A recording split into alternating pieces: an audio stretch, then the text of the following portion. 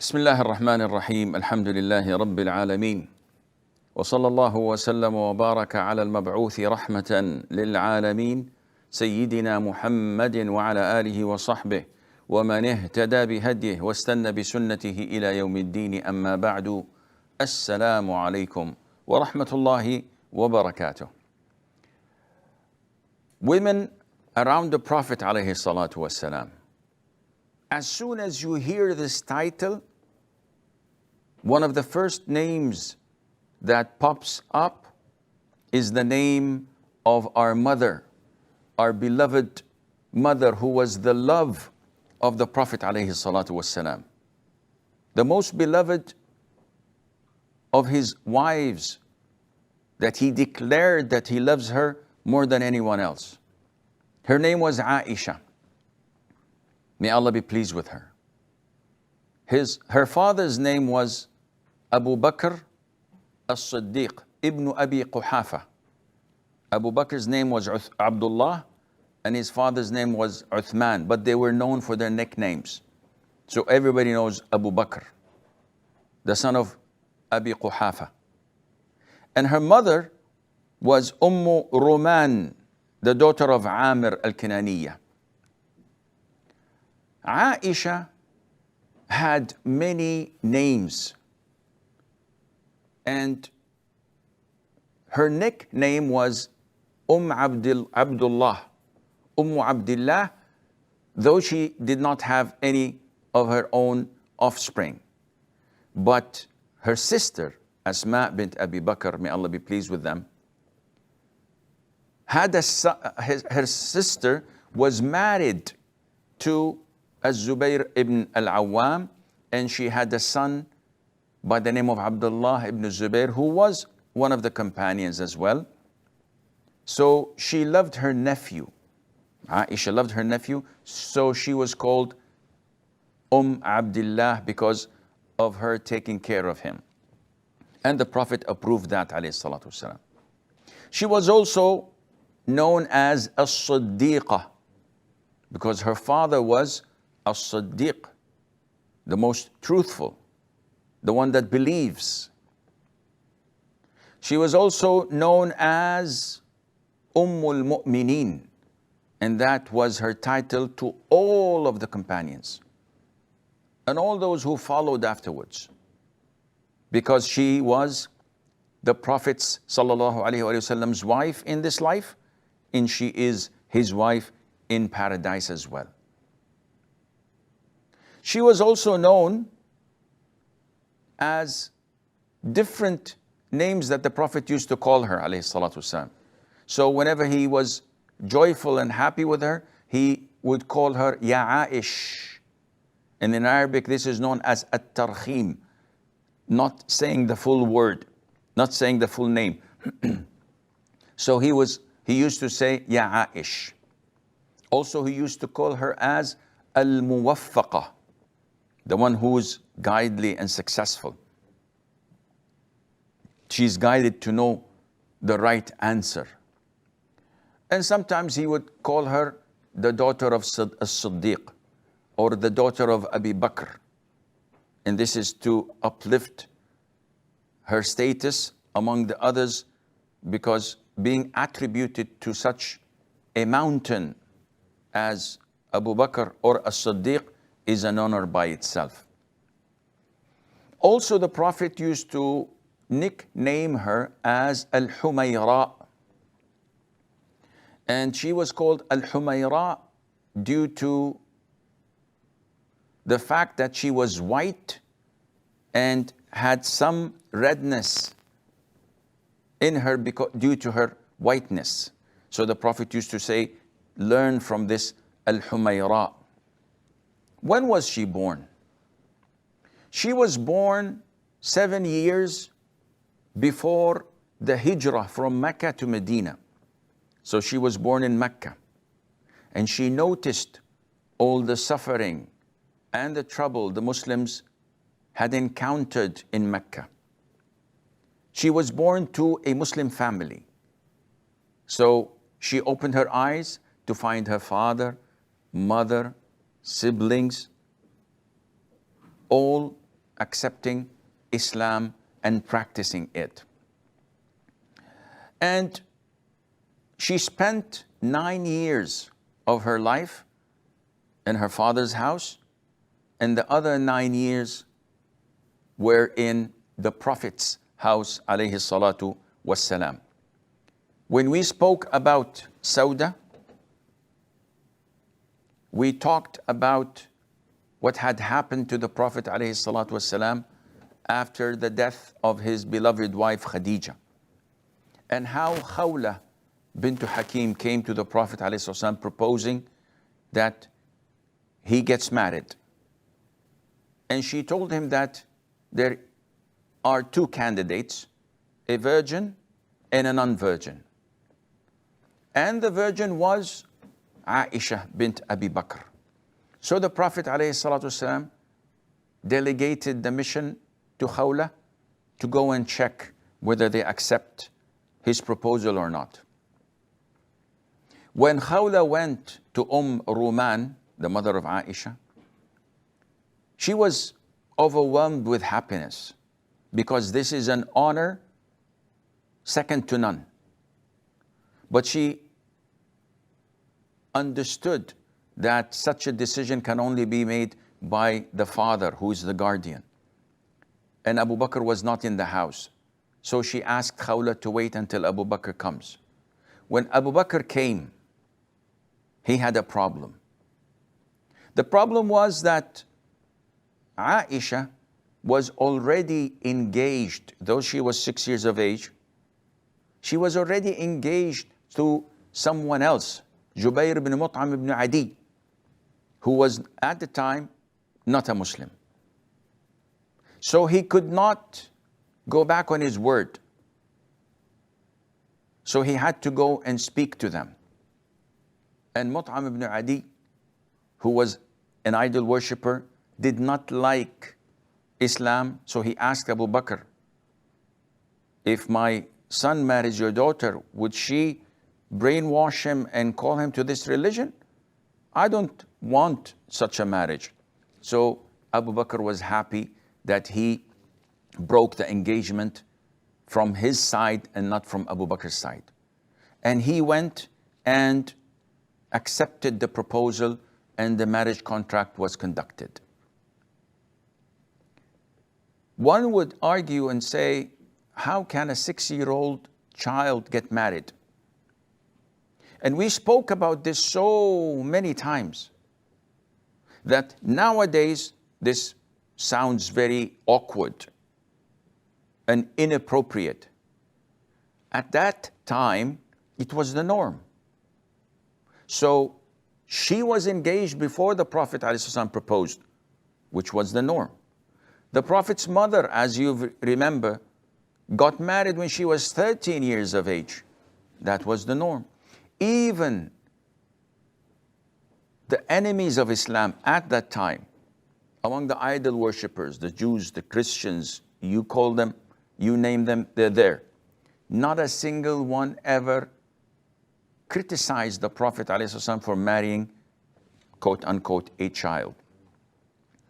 Women or girls in Arabia blossom early. So yes, she may have the mentality of a child, but she has the physique and the ability to be a good, obedient wife and would be happy to serve the Prophet ﷺ.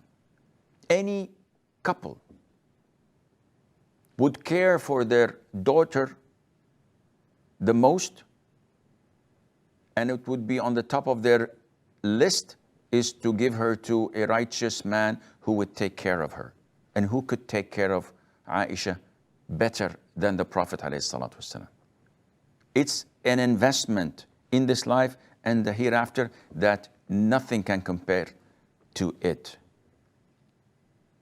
And not only that, was it forced upon Aisha? Did she resent it? Did she fight back or resist it? The Prophet was the love of her life, and she was his love and the favorite of them all. She was the daughter of his best friend. And no one could come close to Abu Bakr. May Allah be pleased with him. So the Prophet wanted to strengthen the bond between them. And above all of this, this was a revelation from Allah. So it was an order from Allah for him to marry her. The Prophet ﷺ said to Aisha, I saw you in a vision twice, being carried in a cloth of silk, and the man carrying you was Jibreel, the archangel, and he told me twice, this is your wife. So I would unveil your face, and it was you. So I said, if this is from Allah, it will go through. And we all know that the visions of the prophets are wahi, a revelation. If you read the Quran, Ibrahim said to Ismail, his son, "Oh my son, I see in a dream, in a vision, that I am slaughtering you, so tell me what should I do?" And Ismail said, "Oh Allah, oh my father, this is a command from Allah. Do what you're told." So this is a vision. It's a revelation. So his marriage to Aisha was a revelation from Allah subhanahu wa ta'ala, an order, a command. Now, they got married, so she spent 3 years of her life in her father's house. The marriage was not consummated until she became 9 years old, when they migrated to Medina. And the Prophet used to go to her mother and always remind her to take good care of Aisha, because the Prophet loved that joyful girl. She wasn't like any other woman or any other girl. She was the daughter of his best friend. She was born a Muslim, and she had attributes and characteristics in her that were not any other woman. The Prophet ﷺ was wise. He used to deal and treat with her with kindness. He realized that she was still a child, so he would never stop her from playing with her dolls or getting her mates to come in the house and play together like girls usually do, though her mates used to be afraid of the Prophet ﷺ out of respect. So the Prophet used to send to them, come and play with Aisha, and he would leave the house. He would joke with her and play with her. Whenever he sees her dolls, he asks her, "What are these?" And she says, "These are my daughters." And when he saw a horse with wings, he said, "What is this?" She said, "Well, it's a horse with wings." And he said, how is that possible?" And she said to him, "Didn't you know that Sulaiman, peace be upon him, had horses with wings that could fly?" So the Prophet laughed and smiled until she could see his moral teeth. He would give her credit, being who she was. She narrates to us that the Prophet once told her, "O Aish, would you like to see the Abyssinians practice and play with their spears in the masjid?" So she said yes. So the Prophet lowered his shoulder to her as if he's sitting on the ground, and she placed her head on his shoulder, his body covering her, and she was watching the Abyssinians play with the spears. It was the Prophet who initiated this, because he knows that a young girl needs to play, needs to have fun.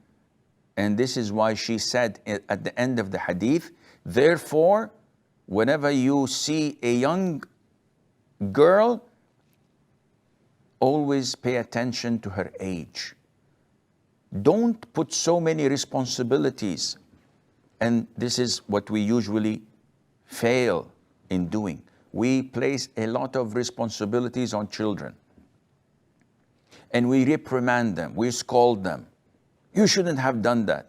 You're a big man now. You're a big woman. You should have done this and that. And not paying attention to their mental state, their actual age, the way they think. They need to play. They need to be entertained. So one has to balance these things so that he would have the best of all results. Now, Aisha had a very special place in the Prophet's heart, alayhi salatu wassalam. Amr ibn al-As, may Allah be pleased with him. He said, the Prophet once appointed me as a leader over an army. And before setting off, I came to the Prophet ﷺ and I said, O Prophet of Allah, who is the most beloved person to your heart among all people? Amr says, I thought that he would say, you. Because since I accepted Islam, whenever I came in, the Prophet used to smile in my face and let me sit beside him. So I thought maybe I have some degree of love in the heart of the Prophet ﷺ towards me. So the Prophet said, in answering his question, Aisha, she's the most beloved person on earth to my heart. So Amr rephrased the question and said, no, I meant from amongst the men. So he said, Abu Bakr, her father. So Aisha was the love of the Prophet ﷺ, and there was no mistake in that. Everybody knew that. To the extent that the people, the companions, whenever they wanted to give the Prophet ﷺ a gift, some food, some clothes, anything that they wanted it to be a source of getting closer to Allah, so they give him something. We all know that the Prophet ﷺ was the poorest of them all. He had nothing. And whatever came to him, he gave to the poor. And this is his lifestyle. It wasn't a period of time. He never lived in mansions. He never had anything extra. He always had one or two pieces of garment that he wore because he was given the choice. And his wives accepted his style of living because they wanted paradise and not this dunya. So whenever people gave gifts, they felt sorry for the Prophet ﷺ. He doesn't have food. Mother Aisha says, we lived in difficult times. We used to see the crescent, following the crescent, following the crescent, meaning 2 months, consecutive months, and fire would not be lit in all the houses of the Prophet ﷺ. They would not cook because they had nothing to cook. So the people loved the Prophet ﷺ and used to send him gifts. However, they would only send him gifts when he was in Aisha's house, when it was Aisha's turn. So the wives of the Prophet ﷺ complained to him. And they said, this is not fair. You should order the people to be fair and to give you gifts wherever you are, not only when you are at Aisha's house. And they complained to Fatima, his daughter. So she went to him and said, oh father, your wives are complaining and asking you to be fair when it comes in regard, excuse me, getting old, alhamdulillah. And we're fasting, we don't have any water or coffee or tea. Anyhow, alhamdulillah. And the Prophet ﷺ spent 2 months without food being cooked in his house, and we're complaining that we don't have tea or coffee or water. What kind of Muslims are we? May Allah Azza wa Jal have forgiveness upon us all. So, in short, Fatima went and said, they are asking me to remind you to be fair. So the Prophet said to her, alayhi salatu wasalam, "O Fatima, O my daughter, wouldn't you love what I love?" Immediately she said, "Of course, father." So he told her, "I love her, so love her." End of story. The Prophet loves Aisha. He's fair, he's just, but the feeling that he has in his heart, he cannot control. And he's not blamed for that. So the people knew that.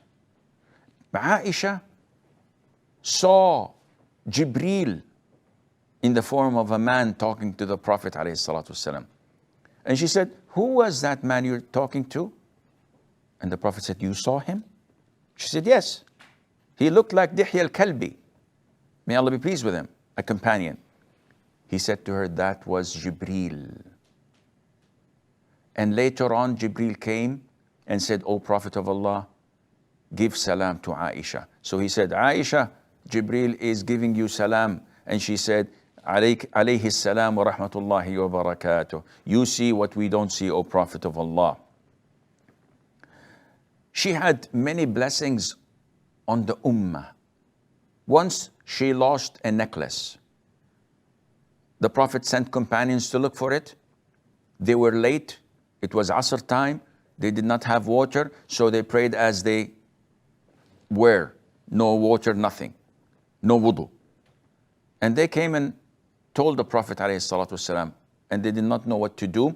Allah revealed the verses of tayammum, dry ablution.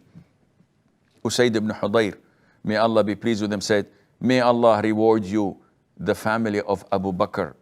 By Allah, no incident that comes out from you except Allah would make a way out for the Muslims, and it would be a blessing from Allah upon the Muslims." The Prophet ﷺ used to look up to the day of Fatima, to the day of Aisha, so that he would go to her. And every day he used to ask, "Where am I tomorrow? Whose turn is it tomorrow?" Especially when he got sick. When he got sick, they would attend him, his wives, each one in her home. But the following day, he has to be carried to the other wife's house, and she would take care of him. So every time he would say, "Whose house am I going to tomorrow?" And the wives understood that he was looking for the night of Aisha, as he felt comfortable being nursed, well, actually being looked after in her house. When they realized this fact, they all agreed with acceptance and consent that he stays all nights in her house without them claiming their right in having him in their houses. And when the Prophet knew that, Aisha says, he felt comfortable and relaxed, because now he will be spending the night, all of them, and being looked after by Aisha. And Aisha boasts about the fact that the Prophet ﷺ died while leaning on her chest, putting his head on her chest, between her neck and chest, and he passed away while being on her chest, saying, "Ma'a rafiq al-a'la." So this is an honor next to nothing. And she says that the last thing that the saliva of the Prophet ﷺ was mixed with was my saliva. When my brother came with a miswak, and the Prophet saw it, and he was so tired to speak. So I noticed that in his eye. The love between them makes her understand by just the mere look on his face. So she said to him, "Would you like that miswak?" And he nodded his head. So she took the miswak, she softened it with her teeth. So it was mixed with her saliva, and then she gave it to the Prophet ﷺ, who went and used that in his mouth. So his saliva was lastly mixed with her saliva. and he died on her chest. May Allah be pleased with her. Aisha was not like any other woman. She was so generous, yet she was so poor. She gave everything she had, kept nothing back. Dharra says, Abdullah ibn Zubayr sent to Aisha, his aunt, 100,000 dirham, a lot of money. So she called for a plate, she poured it in, and she started spreading it among the poor and the needy of Medina until it was all out. And she was fasting. So when it was Maghrib time, she said to her maid, give us some food so that we can break our fast. And the maid said, may Allah have mercy on you, my mother. Wouldn't you have kept 1 dirham or 2 that we could have bought some meat? You can break your fast on it. And she said to her, don't reprimand me. If you would have reminded me, I would have done that. But I did not have this in mind. I did not think of that. And Ata says, Aisha was the most knowledgeable of all people and the most with fiqh, meaning of understanding of issues, and the best of opinions of all people. And if you look at her life, you would find that when people ask her about fiqh, she would answer. Tafsir, she would answer. Hadith, she would narrate hadiths more than anyone else other than maybe Abu Hurairah and maybe Anas. And if you look at poetry, she knows all the Arabs' poetry. If you look at medicine, she even knows medicine. And when she was asked by her nephew, how would you know all of these things? She said, I was always with the Prophet ﷺ. And whenever he got sick, I can hear the nomads saying to him that this plant is good for this and that plant is good for that. So she had an edge without any dispute. Now, scholars went into who's more favorable, who's more beloved, who's better. Is it Khadija or Fatima or Aisha? And the most authentic opinion is that this is with Allah. We cannot judge these things. Though we are a little bit inclined to Khadija because she is the mistress of the women in paradise. But when it comes to knowledge, without any doubt, Aisha is more knowledgeable than all of them. When it comes to lineage, without any doubt, Fatima has the highest of all in lineage. And when it comes to the favors that she had given and the support and assistance to Muslims in Islam, and especially to the Prophet ﷺ, no one stands close to Khadija.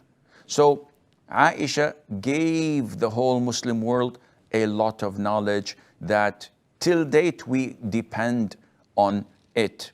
And the reasons behind that were that she was very smart and she had a strong photographic memory. She memorized the Quran. She memorized the hadiths of the Prophet ﷺ, and she had the understanding, the intellect to analyze and get the rulings from. She was an expert in poetry, in Arabic language, in all the different arts related to it. So she had the full arsenal to understand Quran and the Sunnah and what was going on. She grew up in the house of the Prophet ﷺ, and that would be sufficient just to see him, to speak to him.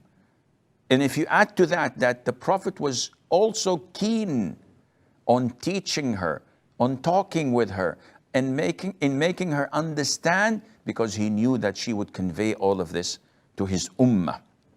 And lastly, she was the only wife of the Prophet ﷺ that the revelation, the wahi from Jibreel, came while the Prophet was with her in the bed. And he said that no other woman ever had I received the revelation while I was in her bed, except Aisha. And the companions themselves acknowledged her knowledge. Abu Musa al-Ash'ari says, whenever we had a dispute among us, companions of the Prophet ﷺ, we would always ask Aisha and find that she has knowledge about it. Imagine this great mother of ours. She is our mother. She's not only the wife of the Prophet ﷺ, she is the mother of the believers. Almost 200 companions and tabi'i took knowledge from her. Those who were mahram, like Urwa ibn Zubayr, Al-Qasim ibn Muhammad ibn Abi Bakr, those who were her nephews, took knowledge directly from her. Those who were non-mahram, she would teach them and address them in a special chamber where there is a hijab between her and them, and they would learn and spread the knowledge. Over almost 200 companions learned from her, and tabi'een. And no wonder that whenever her name is mentioned, we always remember that she was the love of the Prophet ﷺ, that she was the Humayra, whom the Prophet loved more than anyone else, and that she is his wife in this dunya, and she is his wife in paradise. And may Allah Azza wa Jal curse those who slander her, who say negative things about her, who resent her and hate her, because those who do so hate our Prophet ﷺ, hate our religion, and falsify the Quran, where Allah has revealed her innocence in Surah An-Nur. هذا والله أعلم ونسبة العلم إليه أسلم وصلى الله وسلم وبارك على نبينا محمد وعلى آله وصحبه أجمعين.